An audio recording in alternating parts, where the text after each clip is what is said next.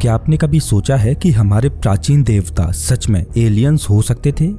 क्या वो उड़ते हुए रथ और आकाश से आए शक्तिशाली प्राणी असल में अंतरिक्ष से आए एलियंस थे? हमारे धार्मिक ग्रंथों और पौराणिक कथाओं में जो अद्भुत घटनाएं वर्णित हैं, क्या वे एलियंस के साथ संपर्क के सबूत हो सकते हैं? क्या प्राचीन ग्रंथों में जो रहस्यमय घटनाएं और असाधारण शक्तियां वर्णित हैं, वे वास्तव में अंतरिक्ष यात्रा करने वाले प्राणियों का प्रमाण हो सकती हैं? यह सवाल सिर्फ कल्पना नहीं है, बल्कि एक गहरा रहस्य है जो हमें अपने इतिहास और विश्वासों पर पुनर्विचार करने के लिए मजबूर कर सकता है। बाइबल में हिजकियेल के रहस्यमय wheel with in a wheel का वर्णन, भारतीय वेदों में उड़ने वाले विमानों की बात और ग्रीक देवताओं की अद्भुत शक्तियाँ, क्या ये सब सच में एलियंस से जुड़े संकेत हो सकते हैं? नमस्कार दोस्तों, मैं हूँ श्याम तोमर। स्वागत करता हूँ आपका इस वीडियो में। हम वीडियो में आगे बढ़ें उससे पहले एक थॉट एक्सपेरिमेंट करते हैं। मान लो हमारी मानव सभ्यता आने वाले समय में तकनीकी रूप से इतनी विकसित हो जाती है कि हम ब्रह्मांड की टाइप 2 और टाइप 3 सिविलाइजेशन बन जाते हैं। अब चूंकि हम टाइप 3 सिविलाइजेशन बन चुके हैं, तो हमने ग्रेविटी के रहस्य को पूरी तरह से समझ लिया है, तो हम एंटी ग्रेविटी से चलने वाले विमान बना लेते हैं। हमने टेलीपोर्टेशन के रहस्य को भलीभांति समझ लिया है, तो हम पृथ्वी पर एक जगह से गायब होकर दूसरी जगह प्रकट हो सकते हैं। हमने उस ऊर्जा की भी खोज कर ली है जिससे हम वर्म होल्स को कंट्रोल कर सकते हैं, जिससे हम यूनिवर्स में प्रकाश से भी तेज गति से यात्रा कर सकते हैं। एक दिन हमें पता चलता है कि हमारे किसी पड़ोसी तारामंडल के किसी ग्रह पर जीवन फल फूल रहा है, लेकिन उस ग्रह पर जो एलियन सभ्यता फल फूल रही है उसको विज्ञान और तकनीकी का कोई ज्ञान नहीं है। हम इंसान जिज्ञासावश उस एलियन ग्रह पर जाने का विचार करते हैं ताकि हम उस ग्रह को समझ सकें, और एक दिन हमारे एस्ट्रोनॉट्स अपने एक बड़े से स्पेसशिप में बैठकर उस ग्रह की ओर बढ़ते हैं और कुछ ही सालों में हम उस ग्रह पर पहुंच जाते हैं। हम अपने बड़े से स्पेसशिप को उस ग्रह के ऑर्बिट में प्लेस कर देते हैं, बिल्कुल वैसे ही जैसे आज इंटरनेशनल स्पेस स्टेशन पृथ्वी के चक्कर काट रहा है। और अपने बड़े से स्पेसशिप को हम उस ग्रह के ऑर्बिट में छोड़कर छोटे छोटे एंटी ग्रेविटी से चलने वाले विमानों को लेकर उस ग्रह की धरती पर उतरते हैं। अब चूंकि उस ग्रह पर जो सभ्यता पहले से वास कर रही थी, उनको विज्ञान और टेक्नोलॉजी का कोई ज्ञान नहीं था, तो उनको हमारे एंटी ग्रेविटी से चलने वाले विमान बहुत आश्चर्यचकित करते हैं। वो हमें देखकर हैरत में पड़ जाते हैं। हमारे जो एस्ट्रोनॉट्स उस ग्रह पर गए हैं, वो वहाँ पर अपनी साइंटिफिक रिसर्च शुरू कर देते हैं। इसके लिए वो वहाँ की एलियन सभ्यता के साथ मिलकर बड़े बड़े इंफ्रास्ट्रक्चर बनाते हैं। उस ग्रह की सभ्यता को हम विज्ञान और टेक्नोलॉजी का ज्ञान देते हैं ताकि उनकी सिविलाइजेशन अपनी ग्रोथ कर सके। हमारे एस्ट्रोनॉट्स वहाँ पर कुछ सालों तक रहते हैं और उस ग्रह पर अपनी पूरी रिसर्च करने के बाद हम वापस अपने ग्रह पर लौट आते हैं। लेकिन हम उनसे बोलकर आते हैं कि हम अंतरिक्ष से तुम्हारी दुनिया पर नजर रखेंगे और भविष्य में हम एक बार फिर आएंगे। लेकिन जब हम उस ग्रह को छोड़ कर आते हैं, तब उस एलियन ग्रह पर पीछे छूट जाते हैं हमारे द्वारा बनाए गए बड़े बड़े निर्माण। उस एलियन सभ्यता को हमसे बहुत कुछ सीखने को मिला था, तो वो सभ्यता हमें देवता मानने लगती है और अपनी आने वाली पीढ़ियों को हमारे एस्ट्रोनॉट्स की कहानियां सुनाती है कि कैसे एक दिन आसमान से देवता आए थे और उन्होंने न जाने कैसे कैसे चमत्कार किए थे और उन्होंने हमारे जीवन को बदल दिया, और आज भी वो हमें आकाश से देख रहे हैं। हजारों साल बीत जाते हैं और वो एलियन सभ्यता अब विज्ञान और तकनीकी के क्षेत्र में बेशुमार तरक्की कर लेती है, लेकिन वो एलियन सभ्यता अपने हजारों साल पहले के इतिहास को देखती है तो उसे दिखाई देती हैं बड़ी बड़ी इमारतें। वो एलियन सभ्यता सोचती है कि हजारों साल पहले इतने भव्य निर्माण हमने बिना किसी टेक्नोलॉजी के कैसे बनाए, और वो सभ्यता उन रहस्यों को सुलझाने में जुटी रहती है। दोस्तों, वैसे तो ये एक थॉट एक्सपेरिमेंट है, लेकिन अगर हम अपने इतिहास की ओर झांक कर देखें तो क्या ऐसे ही रहस्य हमारे सामने भी नहीं हैं? क्या ऐसे ही भव्य निर्माण हमें सोचने पर मजबूर नहीं करते कि हजारों साल पहले बिना किसी टेक्नोलॉजी के उन्होंने इतने भव्य निर्माण कैसे कर लिए? साल 1968 में एरिक वॉन डेनिकन ने एक किताब लिखी थी जिसका नाम है चैरियट्स ऑफ द गॉड्स। ये पुस्तक प्राचीन खगोल यात्री सिद्धांत यानी एंशियंट एस्ट्रोनॉट थ्योरी को प्रस्तुत करती है, जिसमें दावा किया गया है कि प्राचीन समय में पृथ्वी पर एलियंस आए थे और उन्होंने मानव सभ्यता के विकास में महत्वपूर्ण भूमिका निभाई। एरिक ने अपनी किताब में ऐसे ऐसे तर्क दिए जो हमें सोचने पर मजबूर कर देते हैं। चलिए जानते हैं एरिक द्वारा दिए गए उन तर्कों को। क्या गीजा के महान पिरामिड्स एलियंस की देन हैं? मिस्र के पिरामिड्स दुनिया के सबसे रहस्यमय निर्माणों में से एक हैं। हजारों साल पहले जब न तो उन्नत तकनीक थी और न ही आधुनिक मशीनें, तब 4500 साल पहले इंसानों ने इतना सटीक और विशालकाय ढांचा कैसे बनाया? कुछ लोग मानते हैं कि इन पिरामिड्स के निर्माण में एलियंस की भूमिका हो सकती है।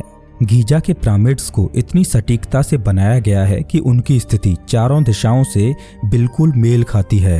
पिरामिड की चौड़ाई और ऊंचाई का अनुपात 3.14 के बहुत करीब है, जो कि पाई की वैल्यू है, जो उनके उन्नत गणितीय ज्ञान को दर्शाता है। यह भी कहा जाता है कि पिरामिड्स का स्थान ओरायन नक्षत्र के 3 प्रमुख तारों से मेल खाता है। क्या ये महज एक संयोग है या किसी बाहरी बुद्धिमान शक्ति ने इसमें भूमिका निभाई है?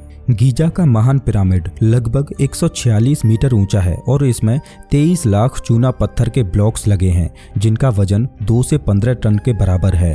इतनी भारी चट्टानों को रेगिस्तान में बिना आधुनिक क्रेनों और मशीनों के 4500 साल पहले कैसे उठाया गया होगा? वैज्ञानिकों का कहना है कि लगभग 1 लाख मजदूरों ने 20 सालों तक मेहनत करके इसे बनाया था, लेकिन इतनी बड़ी संरचना को सटीकता से खड़ा करना तब संभव कैसे हो पाया? क्या ये संभव है कि प्राचीन मिस्रवासियों को परग्रहियों की मदद मिली हो? प्राचीन चित्रों में उड़न तस्तरियों के प्रमाण। एबिडोस नामक एक जगह पर मंदिर की दीवारों पर कुछ रहस्यमय आकृतियां बनी हुई हैं। इन चित्रों में हेलीकॉप्टर, उड़न तस्तरी और आधुनिक विमानों जैसी आकृतियां दिखाई देती हैं। क्या ये प्राचीन मिस्रवासियों की कल्पना थी या उन्होंने सच में आसमान से आती हुई ऐसी चीजें देखी थीं? अजीब आकृतियों वाले देवता। मिस्र के देवता जैसे ओसाइरिस, हॉरस और अनुबिस की आकृतियां इंसानों से अलग थीं। क्या मिस्र के लोग असल में किसी एलियन सभ्यता की पूजा कर रहे थे? क्या एलियंस ने मिस्र वासियों को तकनीकी ज्ञान दिया था? मिस्र के कुछ पवित्र ग्रंथों में लिखा गया है कि देवता आकाश से उतरे और उन्होंने मनुष्यों को ज्ञान दिया। कुछ शोधकर्ता मानते हैं कि ये देवता वास्तव में एलियंस थे जिन्होंने प्राचीन मिस्रवासियों को गणित, इंजीनियरिंग और खगोल शास्त्र सिखाया। लेकिन अगर वैज्ञानिक दृष्टि से देखा जाए तो वैज्ञानिकों का मानना है कि पिरामिड्स को इंसानों ने ही बनाया था और इसके लिए लकड़ी की गाड़ियों, रस्सियों और बल के प्रयोग से पत्थरों को खींचा गया होगा। लेकिन कई वैज्ञानिक और शोधकर्ता अब भी मानते हैं कि प्राचीन मिस्रवासियों के पास उस समय इतनी उन्नत तकनीक नहीं थी कि वे बिना किसी बाहरी मदद के इतनी सटीक और विशाल संरचना बना पाते। सुमेरियन सभ्यता और अनुनाकी का रहस्य। क्या प्राचीन सुमेरियन सभ्यता को एलियंस ने बनाया था? क्या अनुनाकी देवता वास्तव में दूसरी दुनिया से आए थे? सुमेरियन सभ्यता 5000 से 6000 साल पहले आज के इराक, मेसोपोटामिया में मौजूद थी। इसे मानव इतिहास की पहली विकसित सभ्यता माना जाता है, जहां लिखने की कला, शहरों की योजना, कानून और खगोल शास्त्र की शुरुआत हुई। लेकिन सवाल ये है कि इतने पुराने समय में इतनी उन्नत सभ्यता कैसे बनी? क्या ये सब इंसानों ने खुद सीखा या किसी बाहरी शक्ति ने हमें सिखाया? सुमेरियन ग्रंथों में अनुनाकी नामक देवताओं का जिक्र मिलता है। अनुनाकी शब्द का अर्थ है जो स्वर्ग से धरती पर आए। सुमेरियन पौराणिक कथाओं में बताया गया है कि अनुनाकी आकाश से उतरे और उन्होंने मनुष्यों को सभ्यता का ज्ञान दिया। उनके लेखों में आकाशीय रथ और अंतरिक्ष से आने वाले प्राणियों का वर्णन किया गया है। क्या अनुनाकी वास्तव में एलियंस थे? सुमेरियन ग्रंथों के अनुसार अनुनाकी निबिरू नामक एक ग्रह से आए थे। निबिरू एक रहस्यमय ग्रह है जो हमारे सौर मंडल में एक विशाल कक्षा में घूमता है और हर 3600 सालों में पृथ्वी के करीब आता है। कुछ लोग मानते हैं कि यह ग्रह अभी भी मौजूद है, लेकिन इसे वैज्ञानिक रूप से साबित नहीं किया जा सका है। अगर वैज्ञानिक दृष्टि से बात करें तो इसे प्लैनेट एक्स का नाम दिया गया है। अब सवाल ये है कि अगर ये मिथ है तो सुमेरियन लोगों को हजारों साल पहले इस अद्भुत खगोलीय जानकारी का ज्ञान कैसे था? क्या भारत के वेदों में उड़ने वाले विमानों का रहस्य छुपा है? भारत के प्राचीन ग्रंथों में ऐसे कई उल्लेख मिलते हैं जो आधुनिक वैज्ञानिकों को हैरत में डाल देते हैं। विशेष रूप से वेदों और महाकाव्यों में विमानों का विवरण मिलता है जो उड़ सकते थे, विभिन्न दिशाओं में घूम सकते थे और यहाँ तक कि अंतरिक्ष तक यात्रा कर सकते थे। क्या ये प्राचीन उड़न तस्त्रियां थीं? क्या हमारे पूर्वजों के पास कोई उन्नत तकनीक थी जिसे हम अब भूल चुके हैं, या फिर ये प्राचीन एलियंस के संपर्क का प्रमाण हो सकता है? भारत के ऋग्वेद, यजुर्वेद, महाभारत, रामायण और अन्य ग्रंथों में विमानों का उल्लेख मिलता है। रामायण में पुष्पक विमान का उल्लेख मिलता है जिसे रावण ने कुबेर से छीना था और बाद में श्री राम को मिला। यह विमान सोचने भर से उड़ सकता था और किसी भी स्थान पर जा सकता था। कुछ विमानों में आग उगलने की शक्ति थी जो आज के लेजर हथियार की तरह लगते हैं। श्री कृष्ण, अर्जुन और कर्ण के पास दिव्य अस्त्र थे जो अंतरिक्ष तक यात्रा कर सकते थे। क्या ये विमान एंटी ग्रेविटी टेक्नोलॉजी पर आधारित थे? क्या ये संकेत करता है कि प्राचीन भारत में विज्ञान और तकनीक अत्यधिक विकसित थी? 20वीं शताब्दी की शुरुआत में एक प्राचीन ग्रंथ वैमानिक शास्त्र सामने आया जिसमें विमानों की संरचना, प्रकार और संचालन के बारे में विस्तार से बताया गया था। इसे भारद्वाज ऋषि द्वारा लिखा गया माना जाता है। इसमें 4 तरह के विमान बताए गए हैं। इनका वर्णन क्या किसी खोई हुई प्राचीन तकनीक की ओर इशारा करता है? भारतीय ग्रंथों में देवता और असुरों के युद्ध का उल्लेख है। क्या ये 2 अलग अलग ग्रहों या सभ्यताओं के बीच का संघर्ष था? महाभारत में अर्जुन का इंद्रलोक जाना और वहां से दिव्यास्त्र प्राप्त करना, क्या यह किसी दूसरे ग्रह की यात्रा थी? क्या यह इंटरस्टेलर ट्रेवल का प्रमाण हो सकता है? नाजका लाइंस का रहस्य। पेरू के नाजका रेगिस्तान में जमीन पर बने विशालकाय चित्रों को नाजका लाइंस कहा जाता है।